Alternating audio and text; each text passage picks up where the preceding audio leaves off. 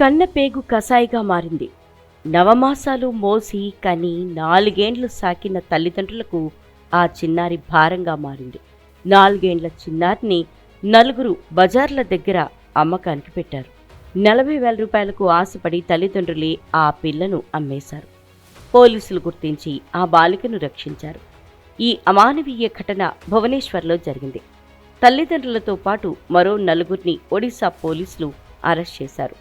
బీహార్కి చెందిన ఓ జంట ఒడిశాలోని భువనేశ్వర్ సమీపంలో ఉన్న బదగడలో నివాసం ఉంటుంది. వారికి 4 ఏండ్ల కూతురు ఉంది. రోజువారీ కూలీలుగా పనిచేసుకుంటూ జీవనం సాగిస్తున్నారు.